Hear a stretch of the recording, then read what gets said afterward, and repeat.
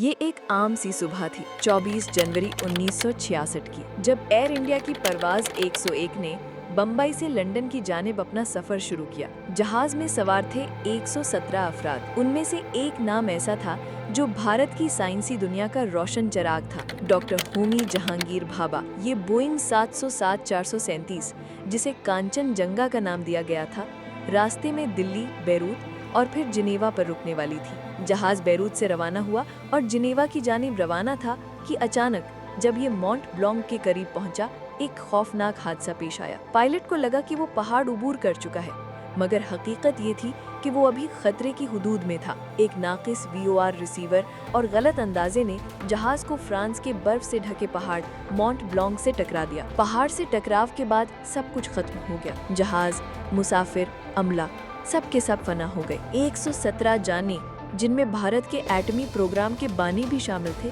एक लम्हे में खत्म हो गईं। ये वही मकाम था जहां 1950 में एयर इंडिया की एक और परवाज फ्लाइट 245 तबाह हो गई थी। गोया ये पहाड़ भारत की हवाबाजी के लिए एक बदकिस्मत मकाम साबित हो चुका है। हादसे के कई साल बाद कोहपैमाओं ने उस मकाम से 1966 के एयर इंडिया अखबारों, डाक के थैले, हत्ता की कीमती जवाहरात तक दरियाफ्त किए। एक धुंधली सी कहानी वक्त के बर्फजारों में दफन थी, जो धीरे धीरे सामने आने लगी। एक मशहूर कोहपैमा को वहाँ एक बैग मिला जिसमें सफीर, जमरद और रूबी जैसे पत्थर थे। इन जवाहरात की कीमत लाखों यूरो लगाई गई, मगर इन जवाहरात के वारिस कौन थे, आज तक ये राज बाकी है। और फिर वो डाक का थैला, भारतीय वजारत खारजा की मुहर, 1966 की अखबार, न्यूयॉर्क में भारतीय कॉन्सुल जनरल के नाम खत, सब कुछ वक्त की बर्फ में महफूज था। जैसे वक्त खुद भी इस हादसे को नहीं भुला पाया था। साजिशी नजरिए भी जन्म लेते रहे। क्या ये महज हादसा था या डॉक्टर होमी भाभा को रास्ते से हटाने की एक आलमी साजिश? कुछ लोग CIA या मगरबी ताकतों पर शक करते हैं, मगर सबूत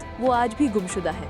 मॉन्ट ब्लॉन्क की बर्फ में ये कहानी सिर्फ एक परवाज के हादसे की नहीं, एक ख्वाब की, एक मुल्क की तरक्की की और एक अजीम इंसान के बिछड़ जाने की है। ऐसे सानिहात हमें ये सबक देते हैं कि जदीद टेक्नोलॉजी, आलमी सियासत और इंसानी गलती, ये सब मिलकर इतिहास के धारे को बदल सकते हैं। दोस्तों, अगर आपको लगता है कि हमें अपनी तारीख को जानना चाहिए, इन कुर्बानियों को याद रखना चाहिए, तो इस वीडियो को लाइक और शेयर जरूर करें। और अगर आप चाहते हैं कि हम मजीद ऐसी सच्ची कहानियाँ लेकर आएं, तो चैनल को सब्सक्राइब करना ना भूलें। हम फिर मिलेंगे।